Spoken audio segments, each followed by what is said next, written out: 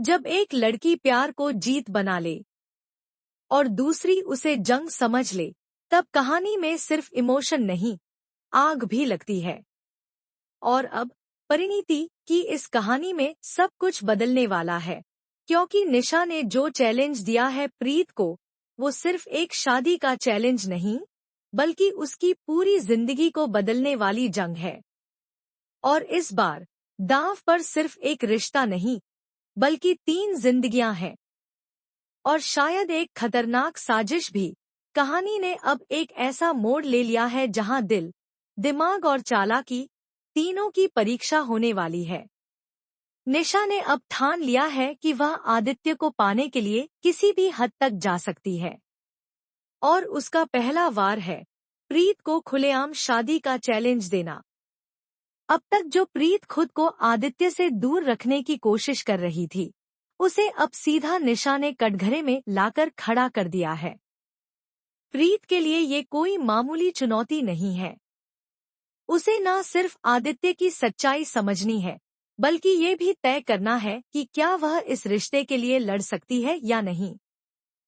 निशा का मानना है कि प्रीत अब तक सिर्फ नाटक कर रही थी, बाहर से आदित्य को नापसंद करने का दिखावा और अंदर से उसी पर फिदा होने का इरादा। और यही बात अब प्रीत को बुरी तरह से चुभने वाली है। दूसरी तरफ जब आदित्य की दादी ने प्रीत को अपनी बहू मान लिया, तो पूरी कहानी में भूचाल सा आ गया। निशा के मन में जलन का ज्वालामुखी फट पड़ा। अब वो सीधे सीधे प्रीत को धमकी देती है, पत्नी तो मैं ही बनूंगी आदित्य की, चाहे तुझे जो करना हो कर ले। ये शब्द प्रीत के कानों में गूंजते हैं, लेकिन डर की वजह से नहीं, बल्कि एक चुनौती की तरह।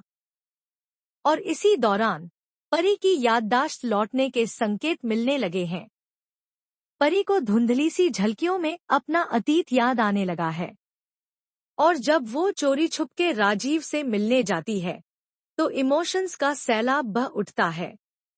दोनों की आंखों में आंसू होते हैं, दिलों में अधूरी कहानी और लबों पर नाम अधूरे वादों का। लेकिन परी की वापसी भी कहानी को एक और खतरनाक मोड़ पर ला देती है। इधर निशा का दिमाग अब और भी खतरनाक चालें चलने में लग चुका है। वो सिर्फ आदित्य से शादी करना नहीं चाहती, वो इस शादी को किसी भी कीमत पर हासिल करना चाहती है। और इसी सोच के साथ वह प्रीत को रास्ते से हटाने की साजिश रचने लगती है। मंडप की सजावट के पीछे एक साजिश छुपी है। और निशा के इरादों में अब मोहब्बत नहीं, बल्कि जुनून है, ऐसा जुनून जो किसी की जान भी ले सकता है। अब यह एक चैलेंज से कहीं ज्यादा है। अब यह उसकी इज्जत, उसका सच और उसका आत्मसम्मान बन चुका है। सवाल यह नहीं है कि वह आदित्य से शादी करना चाहती है या नहीं। सवाल यह है कि क्या वह निशा जैसी लड़की को जीतने दे सकती है, जो साजिशों से रिश्ता हासिल करना चाहती है।